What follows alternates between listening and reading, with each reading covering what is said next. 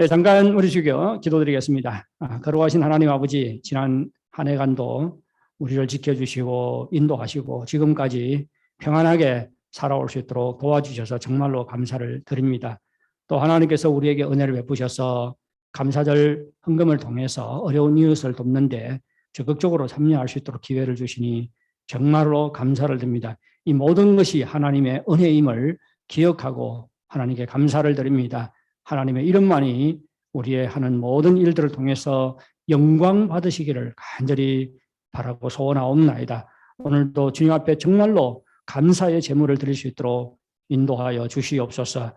그리고 오늘도 정말 주의 말씀을 사모하오니 주께서 선포되는 말씀을 통해서 우리를 새롭게 하시고 우리 삶 가운데 다시 한번 감사의 삶을 회복시켜 주시옵기를 간절히 원합니다. 감사하며 예수님의 이름으로 기도하옵나이다. 아멘. 예, 이런 이야기가 있습니다. 어떤 청년이 더운 여름날 점심 식사를 하기 위해서 한참 걸어서 맥도날드 가게로 갔습니다. 빈자리가 없었습니다. 그래서 그는 햄버거를 하나 사서 밖으로 나와서 그늘 밑에 있는 야외 벤치에 앉아서 땀을 식히며 햄버거를 먹고 있었습니다. 이때 자동차 한 대가 햄버거 가게 앞에 멈추더니 한 여자가 내려와서 맥도날드 가게로 들어가 햄버거를 사서 자동차 안에 앉아 있는 남자에게 가져다 주었습니다. 이 모습을 지켜본 젊은 청년은 부러운 눈길로 그 남자를 쳐다보며 이런 생각을 했습니다. 나도 옆에서 챙겨주는 비서가 있어서 저렇게 자동차 안에서 시원한 에어컨 바람을 맞으며 편히 햄버거를 먹을 수 있다면 얼마나 좋을까. 그런데 자동차 안에서 햄버거를 먹고 있던 남자는 벤치에 앉아 햄버거를 먹는 청년을 부러운 눈길로 바라보며 생각했습니다. 나도 저 청년처럼 다리가 건강해서 햄버거를 사 먹으러 집에서 이곳까지 걸어올 수 있다면, 그리고 벤치에 앉아 맑은 공기를 마시며 점심을 먹을 수 있다면 얼마나 행복할까. 이 이야기는 우리에게 무엇을 말해주지요? 우리가 많은 것을 가지고 있고 누리고 있는데도 불구하고 그 은혜를 깨닫지 못하고 다른 사람들과 비교해서 상대적 빈곤감에 빠져 있으면요, 우리는 하나님께 감사할 수가 없습니다. 자신이 가지고 있고 누리고 있는 것을 보지 못하고 자기에게 없는 것, 자신이 갖지 못한 것만을 생각하며 다른 사람들과 비교하기 때문에 감사하지 못합니다. 이렇게 사는 사람은 불행하지요. 그러면 우리는 어떻게 하면 감사하는 삶을 살 수가 있을까요? 하나님께서는 우리에게 범사에 감사하라고 하고 있는데 이는 우리가 누리고 있는 은혜가 너무 많기 때문입니다. 여러분 한번 생각해 보십시오. 아침에 일어나서 호흡할 수 있다는 것. 아침을 시작하지요. 아침에 일어나면 감사가 되지 않습니까? 오늘도 변함없이 호흡할 수 있고 하루를 시작할 수 있다는 것. 감사합니다. 하나님의 은혜지요. 또 아직도 두 다리로 걸을 수 있다는 것. 하나님께 감사하는 것입니다. 눈으로 가을에 길가의 단풍을 볼 수 있다는 것. 하나님의 은혜지요. 맛있는 음식을 맛볼 수 있다는 것. 하나님의 은혜지요. 외국에는 이번에 백신 접종을 한 후에 미각을 잃어버린 사람들이 있대요. 음식을 먹어도 맛을 모르지요. 얼마나 힘들겠습니까? 그런데 우리는 참 맛있는 것은 맛있게 먹고 또 맛이 없는 것은 맛이 없는 것을 분별해내고 그런 그 음식의 맛을 볼 수 있다는 것, 감사한 일입니다. 그리고 피부로 느낄 수 있다는 것도 하나님께 감사하지요. 은혜지요. 어떤 사람은 어떻게 해요? 느낌이 없어요. 특히 문둥병자들 같은 경우에는 다친 것을 모른대요. 왜? 느낌이 없으니까요. 그런데 우리가 피부로 느끼고 아프면 아파하고 그런 느낌이 있다는 것도 하나님의 은혜입니다. 이 세상에는 보지 못하는 사람들, 걷지 못하는 사람들, 밥을 먹어도 맛을 모르는 사람들, 그리고 아무리 만져도 아무런 감각이 없는 사람들이 너무나 많습니다. 우리는 우리 삶에 너무나 큰 은혜를 가지고 있다는 것을 알아야 합니다. 하나님의 은혜는 헤아릴 수가 없지요. 위에서 말한 것들은 믿는 자나 믿지 않는 자나 똑같이 누리는 것들입니다. 우리 믿는 자들에게는 이러한 일반 은혜 외에도 특별한 은혜가 있습니다. 이 특별한 은혜는 예수 그리스도 안에서 하나님께서 우리에게 베푸신 은혜입니다.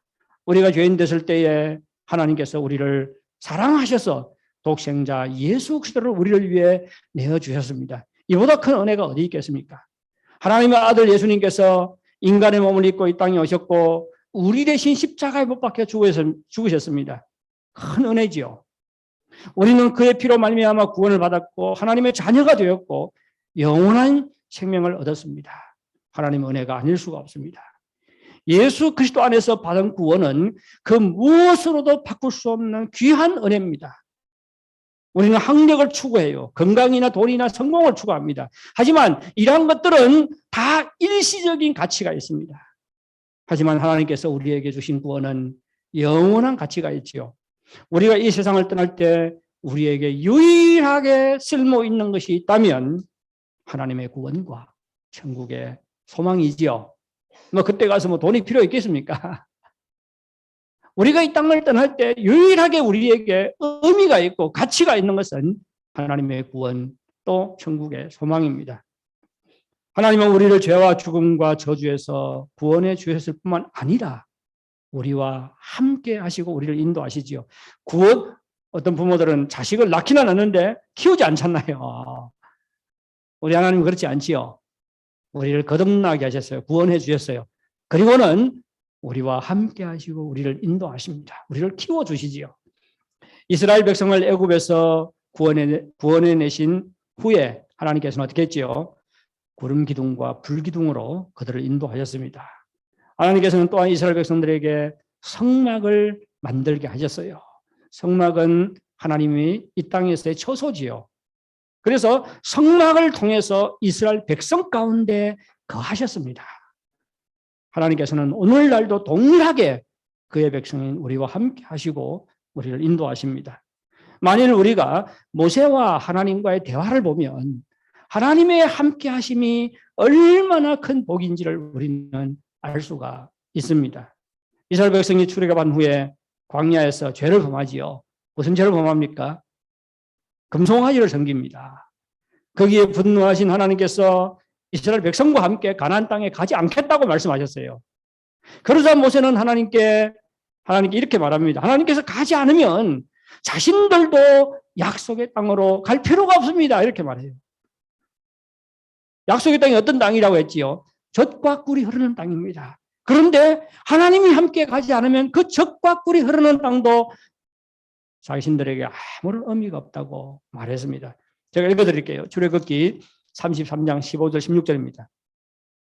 모세가 여호와께 아뢰되 주께서 친히 가지 아니하시려거든 우리를 이곳에서 올려보내지 마옵소서. 나와 주의 백성이 주의 목전에 은총 입은 줄을 무엇으로 알리까? 주께서 우리와 함께 행하심으로 나와 주의 백성을 천하 만민 중에 구별하심이 아니니까. 예, 우리가 받은 은총이 무엇이라고요? 바로 주님께서 우리와 함께 하시는 거라고 이야기합니다. 우리가 다른 백성들과 구별된 점이 무엇이라고요? 바로 하나님께서 우리와 함께 하시는 겁니다. 하나님이 없는 약속의 땅, 하나님이 없는 축복, 모세가 보기에 별 의미가 없었습니다. 오히려 하나님께서 함께 계시는 광야가 하나님 없는 가나안 땅보다 낫다고 생각했습니다. 모세는 하나님의 함께 하심이 무엇보다도 더 큰 축복이고 은혜인 것을 알았습니다. 만일 누가 저에게 하나님께 가장 감사한 것이 무엇인가 하고 묻는다면 저도 주저하지 않고 하나님의 구원하심과 함께 하심이라고 대답할 것입니다.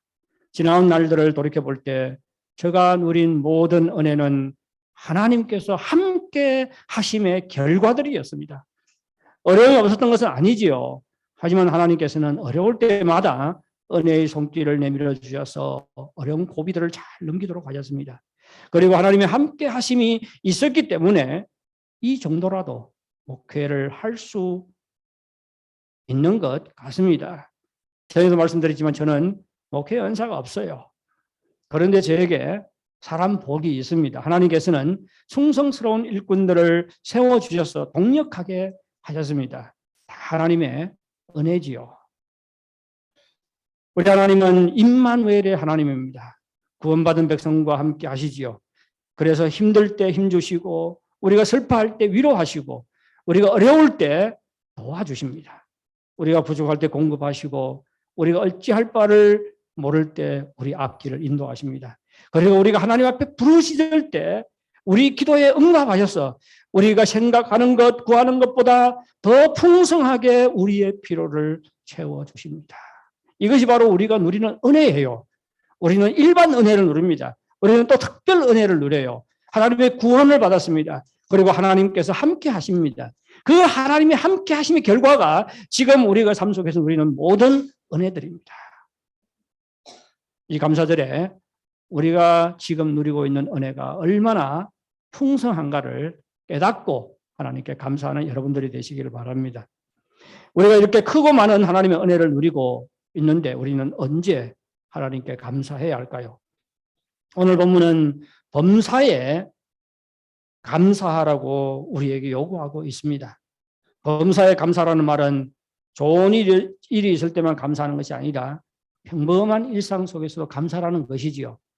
더 나아가서 우리 삶 속에 좋지 않은 일이 생길 때도 하나님께 감사하라는 말입니다. 어떠한 상황 속에 처하든지 하나님께 감사하는 것이 범사에 감사하는 것입니다. 그런데 좋은 일이 있을 때 늘 하나님께 감사할 수 있는 것은 아니잖아요. 그렇지요. 좋은 일이 있어도 그것이 하나님의 은혜인지 깨닫지 못하고 지나칠 때가 많더라고요. 저도 마찬가지입니다. 그리고는 어떻게 해요? 한참 지난 다음에 그것이 하나님의 은혜였네. 그래서 때늦은 감사를 드릴 때도 있더라고요. 좋은 일이 있을 때 하나님의 은혜를 기억하고 하나님께 감사해야 됩니다. 코로나19 전염병은 우리로 하여금 한 가지 중요한 것을 깨닫게 했습니다. 평범한 일상을 보낼 수 있다는 것, 얼마나 복된 것인가를 깨닫게 했습니다. 평범하다는 말은 그렇게 좋은 일이 생기지 않았다는 말이죠. 평범하잖아요. 그래도 평범하다는 것은 뭐 나쁜 일도 생기지 않았다는 것을 말합니다. 좋은 일도 생기지 않고 나쁜 일도 생기지 않고 평범해요. 그런데 이 평범하다는 말은, 평범한 일상을 보냈다는 것은 또 다른 말로 어떻게 표현할 수 있을까요? 뭐 평안하게 하루 보냈다는 거잖아요. 그렇지 않습니까? 평안하게 하루를 평안하게 보내고 있다는 말도 됩니다. 우리가 사는 도시는 하루에도 얼마나 많은 사건, 사고가 터지는지 모릅니다. 저도 2년 전인가? 3년 전이네요. 떼농사하고 부딪혀가지고 이렇게 오른쪽으로 넘어졌는데, 그때 상한 이 발목이요. 아직도 좀 안 좋습니다. 뭐, 많은 사건, 사고들이 있지요. 이러한 환경에서 평안하게, 평범한 하루를 보낼 수 있다는 것은요, 하나님의 은혜가 아닐 수가 없습니다.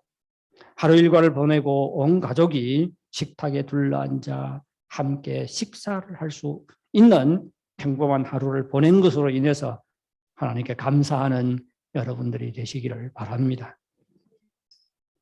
하지만 범사에 감사한다는 것은 평범한 일상 속에서 하나님께 감사를 할 뿐만 아니라 우리 삶 속에 좋지 않은 일이 벌어질 때도 하나님께 감사하는 것을 말합니다. 좋지 않은 일이 벌어질 때 하나님께 감사한다는 것 쉬워요, 어려워요? 너무 어렵지요. 감사하고 싶어도 마음이 따라가지 않을 수가 있습니다. 그렇지 않습니까? 좋지 않은 일이 생기는데 마음이 좋아서 막 감사하겠습니까? 마음속에 불평과 원망이 터져 나오는 것도 참기 어려운데 어떻게 감사하겠습니까?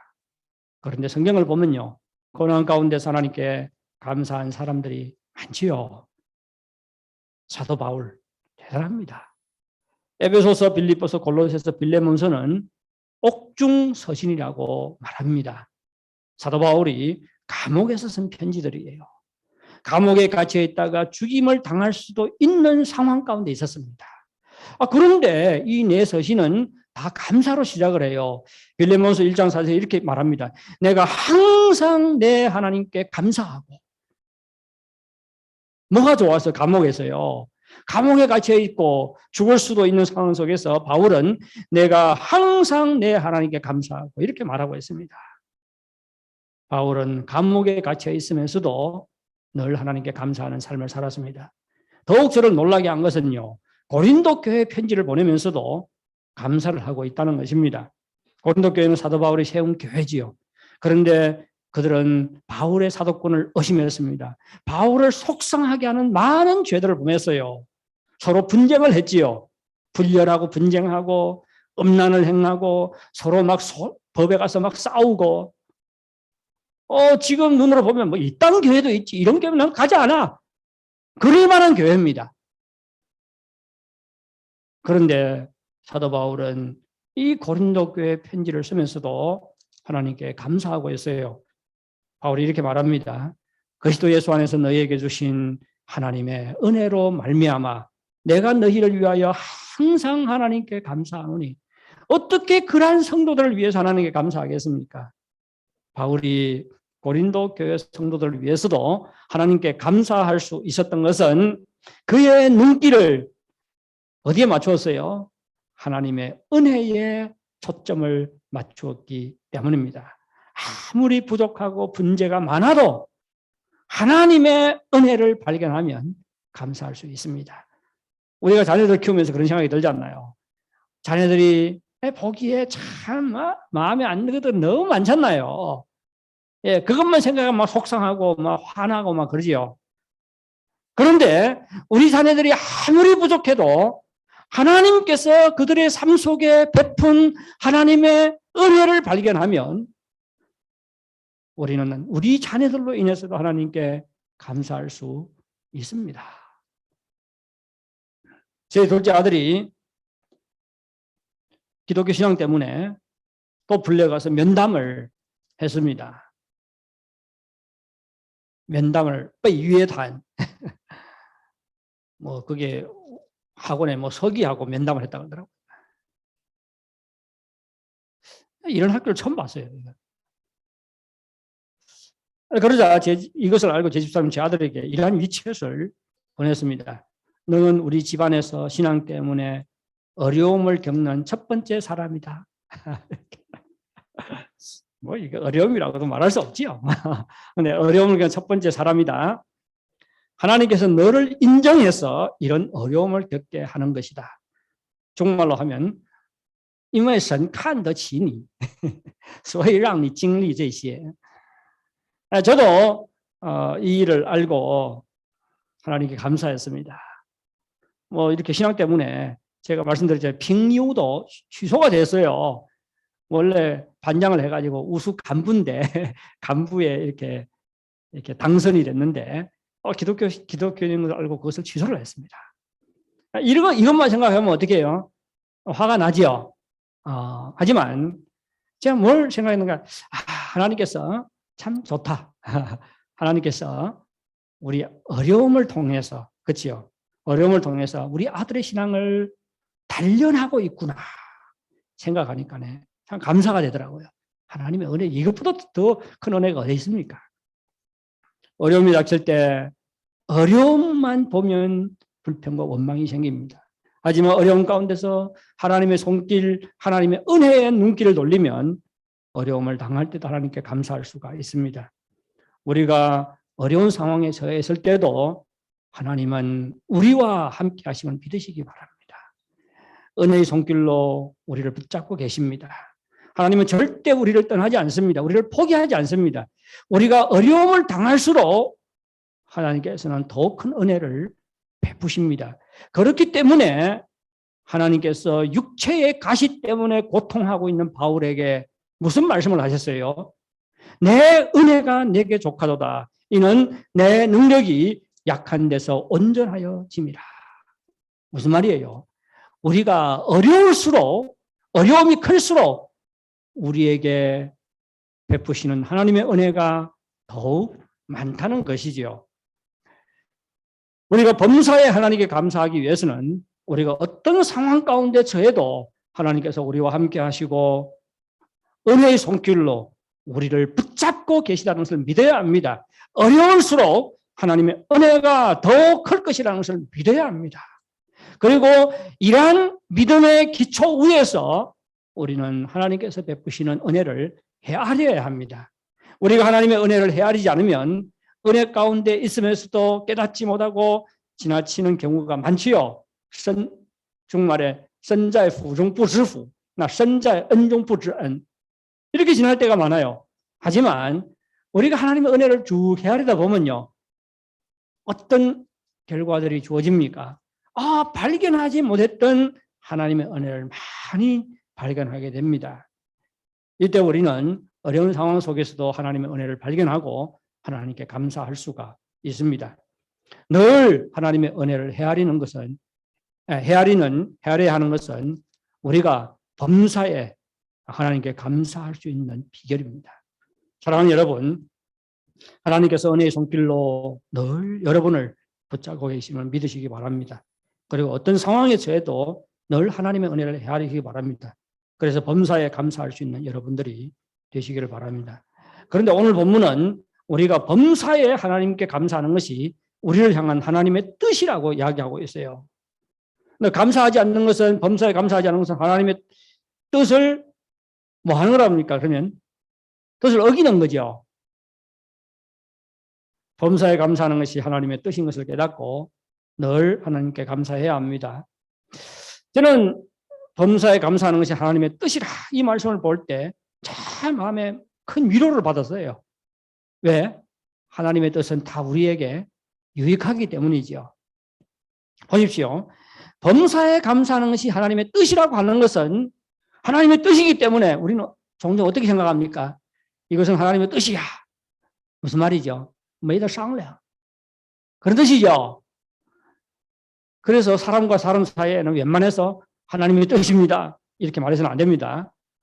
하나님의 뜻이라면 목숨을 걸고라도 그렇게 밀어붙여야 되잖아요. 그렇지 않습니까?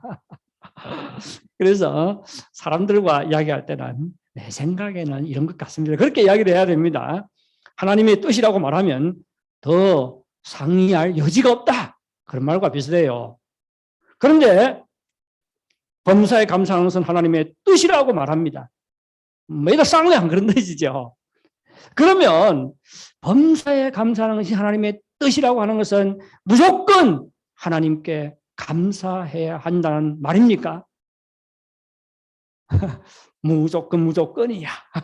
그런 노래도 있죠. 그런 말이 아니에요. 보세요. 아무런 조건 없이 하나님께 감사하라. 뭐 죽든지 살든지 상관없이 하나님께 감사하라. 그런 뜻이 아닙니다. 범사에 감사하는 것이 하나님의 뜻이라는 것은 한 가지 전제가 있습니다. 하나님께서 우리에게 범사에 은혜 베푸실 것을 전제를 하고 이렇게 말씀하고 있는 것입니다. 그렇지요. 하나님께서 우리에게 은혜를 베풀지 않으면서 범사에 감사하라, 그런 요구를 할 수가 없지요. 하나님께서 우리에게 범사에 감사하라는 것은 하나님께서 범사에 우리에게 은혜 베푸실 것을 전제로 우리에게 말씀하는 것입니다. 하나님께서 우리들의 범사에 감사하라는 것은 하나님께서 범사에 모든 상황 가운데 우리에게 은혜를 베푸시기 때문입니다. 이러한 믿음이 있어야 됩니다. 이러한 믿음이 있을 때 우리가 어려울 때도 하나님의 은혜를 헤아리고 하나님께 감사할 수 있는 것입니다. 그리고 하나님의 뜻은 다 우리에게 유익하지요. 우리가 아이들을 키울 때 이렇게 저렇게 아이들은 막 잔소리 한다고 생각합니다. 근데 우리 생각에는 어떤 생각이에요? 우리가 이렇게 저렇게 하라고 하는 것은 다 아이들에게 유익하기 때문에 그러잖아요. 마찬가지예요. 우리는 뭐 잘 몰라가지고 뭐 유익하지 않은 것도 요구할 수 있지만 하나님은 다르죠.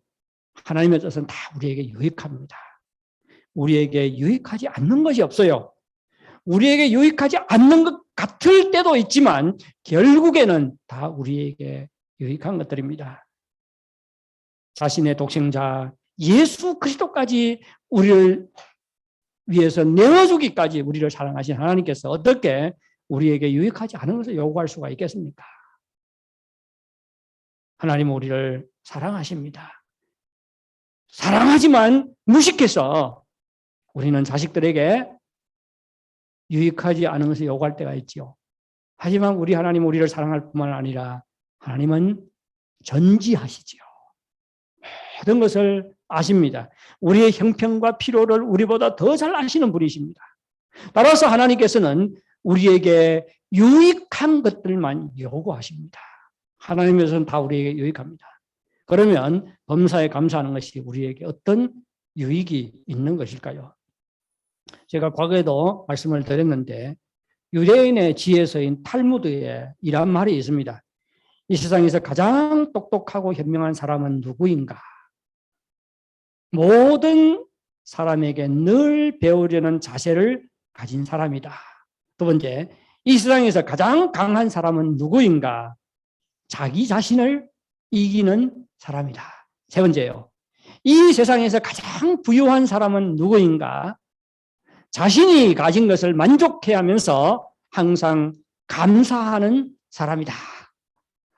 돈을 많이 가졌다고 해서 다 부자는 아니지요. 자족할 줄 모르는 사람은 결코 부유한 사람이 아닙니다. 비록 가진 것이 적어도 그것 때문에 항상 감사하는 사람이 진정으로 부유한 사람입니다. 왜? 늘 감사하는 사람이 자기 가진 것을 누리고 있기 때문이에요. 아무리 많이 가져도 그것 때문에 감사하지 못하면 가진 것을 누리지를 못해요. 은행에 1,000만 원이 있습니다. 근데도 계속해서 돈이 부족하다고 나는 부족하고 나는 어쩌고 저쩌고 근심하고 그러면 1,000만 원이 있어도 그것을 누리지를 못합니다. 그렇죠? 늘 감사하는 사람은 자기가 가진 것을 누릴 수 있습니다. 뿐만 아니라 늘 감사하며 사는 사람은 그렇지 못한 사람보다 훨씬 건강하고 행복하다고 합니다. 그래서 칼 히터라는 분은 1891년에 출판한 그의 책 행복론에서 이런 말씀을 했습니다. 행복의 첫째 조건은 감사다. 또 어떤 사람은 감사는 행복의 문을 여는 열쇠라고까지 말했습니다. 우리가 감사할 때 이미 소유한 것을 누릴 수가 있습니다.